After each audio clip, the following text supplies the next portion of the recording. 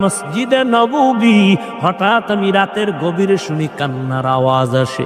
আমি নজর দিয়া বের হয়ে দেখি এত রাত্রে মসজিদের মধ্যে কে কান্না করে। আমি মুহাম্মদ দাঁড়াইয়া দেখি জান্নাতের 1 নাম্বার সার্টিফিকেট দাঁড়িয়ে আবু বকর নামাজে দাঁড়ায় দাঁড়ায় কান্না করে। আমি জিজ্ঞাসা করলাম, রে আবু বকর, আপনি নামাজে দাঁড়ায় কাঁদলেন কেন গভীর রাতে? আবু বকর চোখের পানি ছেড়ে বলেন, ইয়া রাসূলুল্লাহ, আমার মাওলার আদালতে আমি হাসরের ময়দানে কেমনে দাঁড়াবো সেই ভয়ে আমি কান্না করতেছি। কোরআন শরীফের একটা আয়াত আমারে কাঁদাইছে। বলে, কোন আয়াত আপনারে কান্না করাইলো? বলবো কোন আয়াত আপনারে কান্না করাইলো?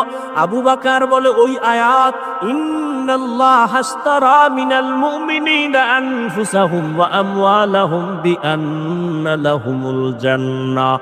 অর্থ কি?